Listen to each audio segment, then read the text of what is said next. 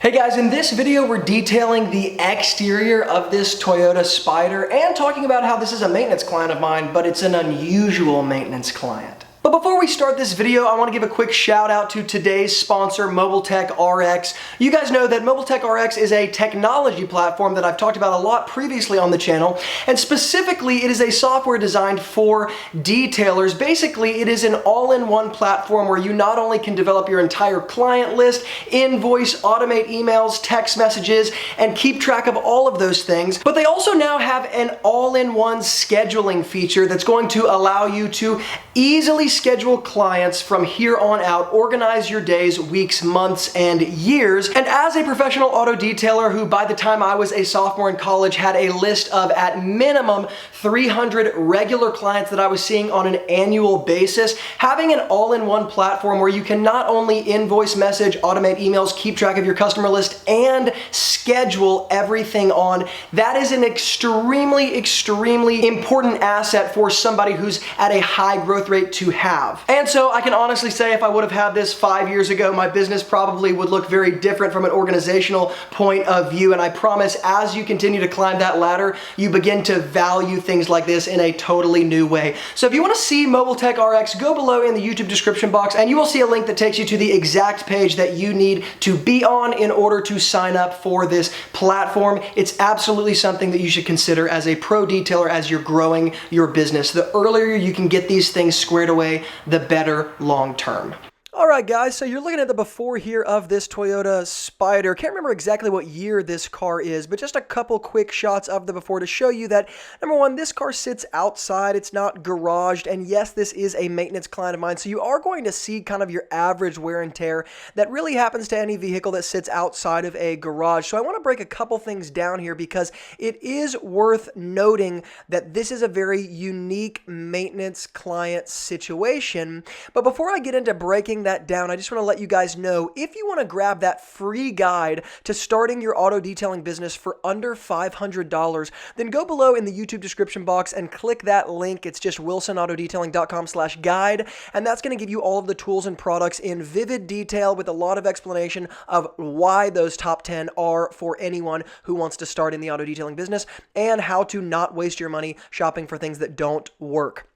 Now, when I call this maintenance client a unique maintenance client, one reason is simply because this exterior does gather a lot of the average detail dirt that I would be charging full price to take care of. So that's the first reason. Second reason is this is not a vehicle that I see in my classic time frames of when I'm defining maintenance clients. So in my particular detailing world, and this could change for those of you who are running a different kind of business, but for me in my detailing world, I consider something a maintenance client if it's within 4 weeks or 8 weeks maximum of the last time I saw it. So in other words, it can't be 9, 10, 11, 12 weeks since the last time I saw it, or I'm going to charge full price. Now, the reason why this situation is unique and what you are going to find if you target maintenance clients in your auto detailing business, which is what I teach people to do, and it's also the entire focus of the upcoming online course that has yet to be released. If you target maintenance clients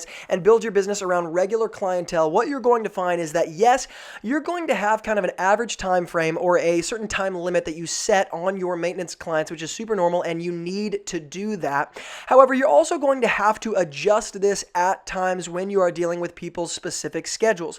So to break this down just a little bit, this car is not this client's daily driver. It is not the car that he takes to and from work, to and from schooling, to and from whatever, okay? So this is his second car.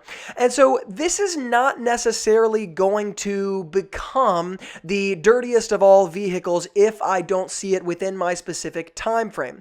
Secondly, because this client wanted this car detailed on a regular basis, I did end up working with him and figuring out a price range that works for him on a maintenance schedule that's about once every 3 months or 4 times a year. This is where I think detailers definitely should not get caught up in the minutia or in the nuance or stick too rigidly to a specific thing that you've already decided with your maintenance clients, because when you're building a list of maintenance clients, you will inevitably have some that fall outside of your traditional maintenance client time frame, and that's actually something that you want to consider and you want to account for turning people away simply because they fall a little outside of that range. It takes somebody, it takes a little emotional intelligence to consider other variables and other factors with a situation like this, so you don't necessarily just write off a client that you could have previously had. You could have a client that you see 3 to 4 times a year, but because they're not falling in your time frame, you're going to go ahead and write them off. That's not a smart idea, especially when you're in the beginning stages of your business. Now, another thing to consider that's contextualized for this particular situation is how small the car is. So even in a full detail on this exterior, it still takes very little time simply because the car is very small. Now on the tires, what you guys see me doing here is I'm using my Wilson Auto Detailing drill brushes, because with these particular tires, they were fairly dirty, dirtier than probably even the last time I saw the car. And so I want to go ahead and get some brushes that are going to cut down on my time and make it easy to get them really clean the first time around. And then I'm just going to clean the wheel wells up and clean the wheels as well in a very normal fashion. I am using an all-wheel and tire cleaner that I like a lot, and this is a non-acidic cleaner. I don't normally reach for something like this, but this one in particular does a really good job, and I knew it was going to work for this situation. And sometimes I just like to change up my world a little bit, and rather than always reaching for the Super Clean Degreaser and the Meguiar's Wheel Brightener, I go ahead and just reach for one product instead of having to have 2 different products in hand. Now, I want to talk a little bit more about the business aspect that I'm kind of hitting on here, in that maintenance details come in all shapes and sizes, and while you are going to have a specific system, there are some things to consider here. The first thing to consider when you're developing a maintenance client system here is what's the time frame that you are going to put on your particular maintenance details. The reason why I have an 8-week maximum, and it's worth noting that I did not begin with an 8-week maximum, meaning there were times in the beginning stages when I was targeting maintenance client that I would take maintenance clients every 12 weeks, every 16 weeks, every 20 weeks. As you begin to fill your funnel full of more maintenance clients, just like when you have a regular flow of new customers, you have leverage to do things that other people don't have and ultimately cannot do. What I mean by this is, if you have a ton of maintenance clients, then you can begin to shorten the time frame in which you are taking them, inevitably increasing profitability because the car has less time to get dirty, and of course you're seeing them on a more regular basis, which means you're getting paid on a more regular basis. So you can see how the math works here. If you're seeing new customers all the time, then of course there comes a moment where you're like, okay, I'm getting so many customers, I have 2 options. Number 1, I can hire employees so I can handle more demand, or I can raise my prices so I can lessen the demand just a little bit and only take the cream of the crop. You begin to have the leverage when you start to increase the amount of people coming in. Well, the same exact thing inevitably happens with maintenance clients. If you begin maintenance client detailing and you start to take people in at 12 and 16 weeks, you're still going to be spending a fair amount of time getting the maintenance client done. And so as you begin to increase your maintenance clients list, the question becomes, okay, I don't necessarily want to increase my price on these people because I am trying to create something that's steady for them. So what can I do in order to leverage my time a little bit better? And one of those things becomes actually decreasing the amount of time frame you're giving between each detail. That is something that is going to inevitably increase profitability, decrease the amount of time you're spending, and at the end of the day, once again, you're taking the cream of the crop. While some people are going to say, well, no, I'm only comfortable doing it every 16 weeks. When you have a really, really large influx of maintenance clients coming in, or if you already have a really healthy amount on your list and you're not necessarily dying for more, then you can only take the cream of the crop, and you don't have to say yes to everybody when they say, I only want to do 12, 16, 20 weeks. You can say, listen, I understand that. It sounds like I'm not the guy for you because 8 weeks is my maximum. And that is what begins to give you leverage in the auto detailing world. And really, this is probably true and consistent across service-based industries as a whole.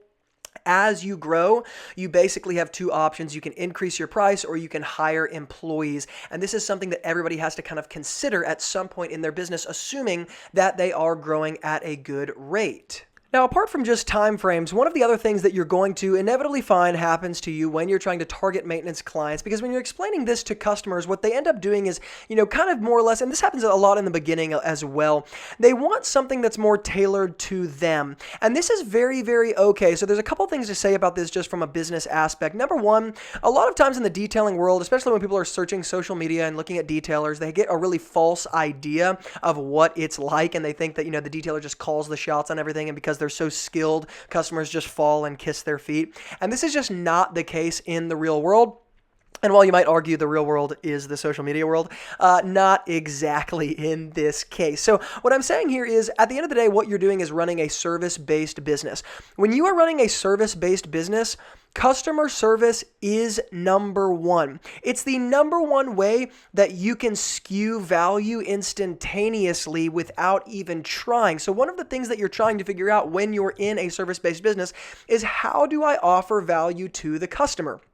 Well, one of the most obvious things that everybody can do is, if all I do is offer better customer service than the next guy, then I'm already skewing value in my favor without even going to great lengths or inventing anything new or doing anything crazy substantial. So for example, when you have to call a big, company to get, like if have problems with your QuickBooks account and you got to call QuickBooks, one of the things that automatically makes you like these companies better is when somebody who speaks your language answers, and you're not sent to like some sort of press 1 if this, press 2 if this. When somebody real answers when they speak your language, and when 2, they either help you solve the problem quickly, or they take the burden of solving the problem off of you and they say, listen, I don't have an answer right this second, but I'm going to call you back as soon as I do. What's the best number to call you back at? And then they call you back very quickly. And that's just one of the ways that they skew value instantaneously without having to doing anything crazy or inventing anything new. And this is what you can do in the detailing world as well. Customer service. When you are dealing with maintenance clients and maintenance clients want to tailor something a little bit more specifically to them, don't hold too tightly with white knuckles onto your maintenance client system or pricing or services that you've developed. While it's important to develop those things, it is just as important to be able to let go of some of those nuanced things in order to get more people in your pipeline, once again, especially in the beginning stages. And I promise you, tailoring things to what the customer wants in a service-based business is always going to work out for you in the long run. That's a bit of an oversimplification, but in most cases, people are really not that unreasonable, and what they're asking for is not for you to go to these huge, great lengths. They just have a few nuanced things that they want to make you aware of to have you do on their car that you might not necessarily be doing on everybody else's car. A great example of this is I had a maintenance client who every now and then, I would not every now and then I would service it. I would service it every 4 weeks, but every now and then when I would service it, there would be an unusual amount of like dirt, or there'd be like a spill because she had kids, and there'd be like a spill in the back seat. Well, obviously, the spill or the unusual amount of like pet hair or something is not necessarily something that I include in the maintenance detail plan. However, because this maintenance client was with me for like 4 or 5 years before I literally had to actually let her go because I had too much business and I just couldn't handle it all, she was with me for about 4 to 5 years. And while there was certainly a temptation to say, listen, this is not really included in the maintenance package, and so I'm spending too much time doing this, yada, yada, yada, yada. I went ahead and just took care of it anyways, because it's kind of like when you have a house that you're renting out and you have good tenants who always make the payment, they never make you track them down for money, and they take really good care of your house. In some ways, you really want to do whatever it takes to keep those tenants in your house. In the same way, when you have a really great client who pays you on a regular basis, they put money in your hand every single month, sometimes it's even on automatic withdrawal, you want to keep that person happy, because let's face it, you're in a service-based business. So yes, over time, you're going to be able to leverage your time better. Over time, you're going to be able to leverage your money better. But in the moment, as you are building, it is especially important to cater to what the customer wants, because when you have a good tenant in your house or when you have a good client on your team, you want to keep them there at all costs. Now, just real fast, if you guys like this information that you're getting for free, then go below this YouTube video and smash that thumbs up button and make it turn blue, because when you hit the thumbs up button, it does help me understand what kind of content you guys like. So if you like this free content, this business content regarding all things auto detailing and really how to run a successful auto detailing business, then just smash that like button, because it does help me get some feedback from you guys. Now, what you guys see me doing here is just a simple 2-bucket method. I am using a really big wash mitt from Microfiber Madness that I'm really liking. I like it on these small cars too, because there's not a lot of paint or anything to really wash. And so when I have a big mitt, it just kind of lets me address the car a little bit faster. I am using the 2-bucket method because I actually did polish this car and seal it in with the Turtle Wax ceramic spray. This was one of my tests that I wanted to run with that product, and that product continually surprises me, and I just continue to see what a great product it is. And no, I don't work with Turtle Wax or anything like that, but it's just a really great ceramic spray product, and because of that, it sealed in this car after the polishing really, really well. Now this car again sits outside, and so yes, it's going to accrue a certain amount of damage even after that kind of lighter polishing that happened about, let's say, less than a year ago, more like 9 months ago on this black paint.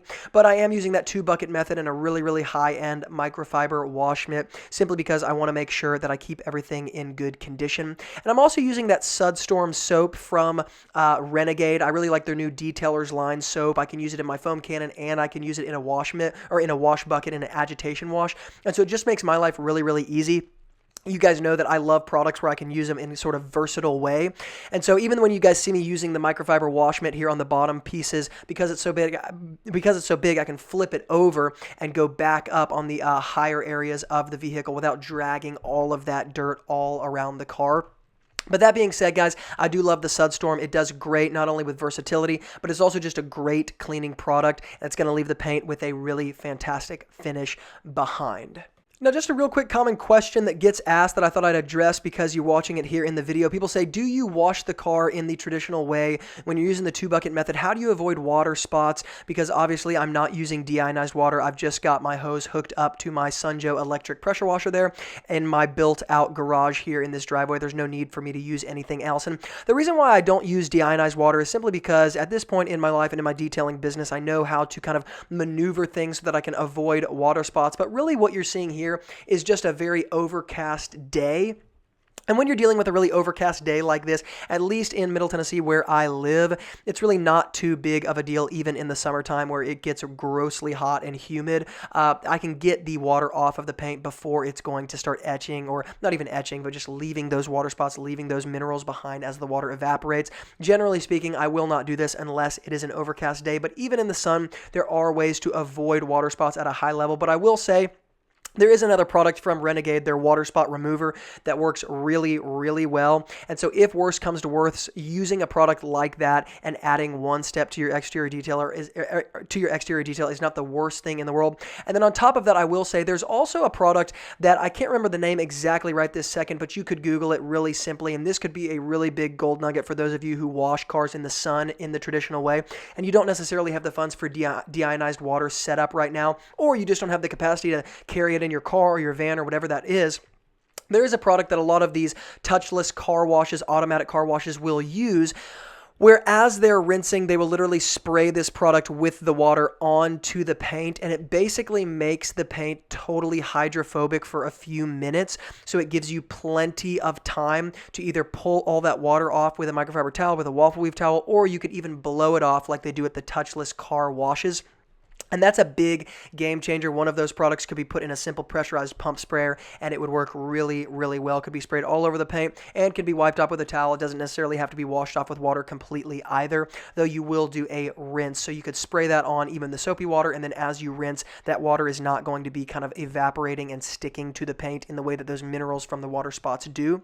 And then I'm using just a very simple kind of chamois towel here to dry off the paint. Another just quick little tip here, especially when you're outside in the sun, when you get done rinsing the car, it is always going to make your life easier if you can just go ahead and wipe the windows down before you wipe the paint down. The paint in a lot of ways is easier to deal with even with water spots, but if you can just go ahead and address the windows before you address the paint, then you are going to make your life easier. But as I'm drying here, I'm also going to be clay barring the windows and clay barring the rest of the car with my Optimum No Rinse solution. Reason I'm doing that is because, once again, it's an overcast day. I don't have to worry about the water drying on the paint and creating a ton of water spots. So I'm just going to leave that extra lubricity on the paint from that water that I'm rinsing the car off with, and I'm just going to be spraying the Optimum No Rinse solution on top of that. Now, inevitably, when I talk about maintenance clients, what people end up asking is, how do you get maintenance clients? And it's a totally reasonable question. I totally understand it, but I think people generally conceptualize like this concept way, way, way wrong. What I mean is, people are trying to get maintenance clients from a sort of one-off detail, meaning people who you've never detailed from before, or never detailed their car before. You're like, how do I bring in maintenance clients? Well, here's the key.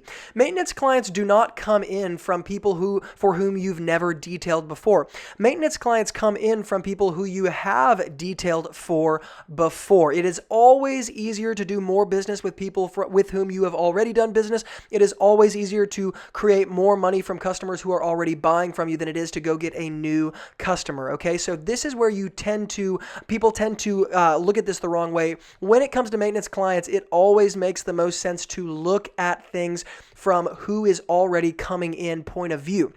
And what I mean by that is there needs to be a system set up in your detailing business where you can run the people coming in, the customers coming in through your maintenance client system, whether that be following up in certain ways, offering certain kind of packages to show them what a maintenance client detail looks like, all of those things. And this is something that I talk about in vivid detail, of course, in the online course that is coming up and going to be released, which, by the way, if you guys want to make sure that you don't miss when that is going to open up, because it's going to be open for a very short period of time. We're only letting a very small amount of people into it.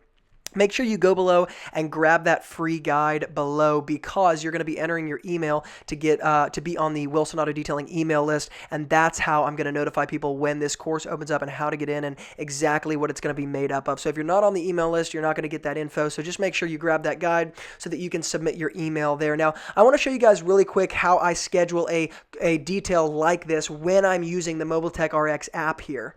All I do is go into the home screen here. I can click the menu on the top left and click scheduling, and it brings me to my calendar here. If I want to add in something into my calendar, I can simply click that little plus button, and then I get all of these options to go into my saved client list to decide on which client it's going to be that day. I can put in all of the information from their vehicle, either manually inputting it or just scanning the VIN number. And then, of course, I can go down and also add in what it is that I'm actually doing, meaning an interior detail. In this case, I can put interior there. And then, of course, I can put any kind of random miscellaneous notes here, like extremely dirty interior with white pet hair, all that sort of stuff. When I'm done, I can click save, and then I can create that estimate, and it is saved in my calendar right there on the 10th of September. And really, the power behind something like this is for those of you who are really dramatically growing. A software and outsourcing things into the technological world is something that is not really something you can decide if you want to do. It's something you have to do. For example, I have a full-time bookkeeper who works for me, and she manages all of my QuickBooks, does all the annual reports, profit and loss statements, everything, because I just can't spend my time focusing on that between my physical detailing business and my online business.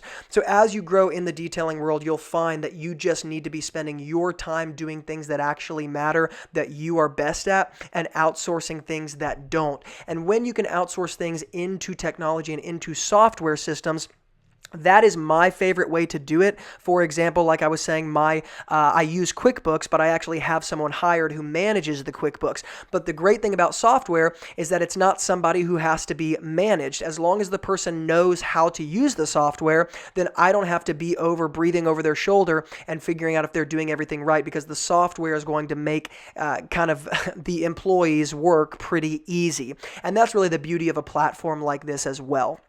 Now, guys, as I'm moving on, kind of finishing the paint, I am going to be using that Turtle Wax ceramic spray again on the black paint here, just because I want to make sure that I put something on that I really just know the results I'm going to get with it. And with a lot of products, while I love to experiment, I want to make sure that in times where I'm just trying to speed myself up and not take a ton of time to finish this car and waste time experimenting with products, I just want to use something that works. And in this case, I'm actually using the Turtle Wax black paint dedicated ceramic spray. That's why you see kind of my towel have that black dye on it. That is actually from the chemical itself. Now, after I get done with that and protecting the paint, I do want to kind of place my final touches before I take care of the tires here. This is a product called Ultra Shine, or I think it might just be called the Ultra Shine Detail Spray. Yeah, that might be right. And I'll hook up a product, either this one or a product just like this one. I talk about this a lot, but this is kind of one of my secret weapons in the detailing world, because it's one of those things that can go on black plastic trim like you see here. It can go on chrome, it can go on paint, it can go on all these areas. And even though you see all that kind of overspray getting around the paint, it's not sticking to the paint. And so this is one of my favorite products to use, simply because it takes these kind of ununiform, kind of bad looking areas, back to their sort of uniform deep black or uniform look. A lot of times it kind of fills in some scratches, fills in some imperfections. And so this is something that I always keep in my back pocket, because as I'm finishing a detail, as I'm kind of inspecting it and looking around the car paint, this just makes it so easy to kind of make your last little final touch-ups, I guess, if you would call it that. And then after that, I am going to do the windows. The reason why I wait for the windows until now is because, like I said, while the overspray does not get on any of the areas of the paint, glass is a little bit different and can be really, really finicky. So I do always leave the glass for last. And here I'm just using the Meguiar's Synthetic Express Spray Wax, because that is probably one of my favorite glass protection / glass kind of final touches. And I'm using a just general purpose microfiber towel from the Rag Company. This is actually a new microfiber towel. I haven't used it yet. That's why I'm using it on the glass. Generally, I would be using something like a waffle weave, but because I've never used this microfiber towel before, I know that it's not going to leave any lint or anything like that. I do like using the dedicated bottles like the Meguiar's Synthetic Express Spray Wax here that you see, because it does help me organize things a little bit easier in my mind, just because you're grabbing a lot of products when you're doing a detail like this. So the more you can kind of streamline the process, the better, in my opinion. Now, the only other thing that I would say as far as detailing kind of technically is related to this is people often ask about what to do with a convertible top like this. And while yes, there are different things you can do with a convertible top like this particular one is leather. And of course, you could apply a sort of leather cream or something to it. In many ways, putting those kind of things on the convertible tops can actually be more kind of trouble than they're worth, in my opinion. And while, yes, sometimes the convertible top is in a condition where it can take a product like that and look really, really good, at other times it looks really, really bad and kind of patchy. And while you think it's going to look like a leather seat does after you get done, it really doesn't. So you just need to be careful with that. I am using Stoner Tires Shine on the sidewall of the tire, and then I'm using the Meguiar's, I'm using the Renegade Vinyl Rubber Plastic Protectant on the wheel wells there, because the wheel wells need to be shined just like everything else. Now guys, if you want to check out any of the tools and the products that I used here in this video, then definitely go below in the YouTube description box, and you will see an organized list where all those things are laid out, where you guys can see them exactly what they are and where I use them on the car. And then of course, grab that free guide below on how to start your auto detailing business for under $500, so that you don't have to waste your time trying to find stuff that does not work and wasting ultimately your time and your money that you could spend building your business. Guys, here is the after result. Enjoy this last look.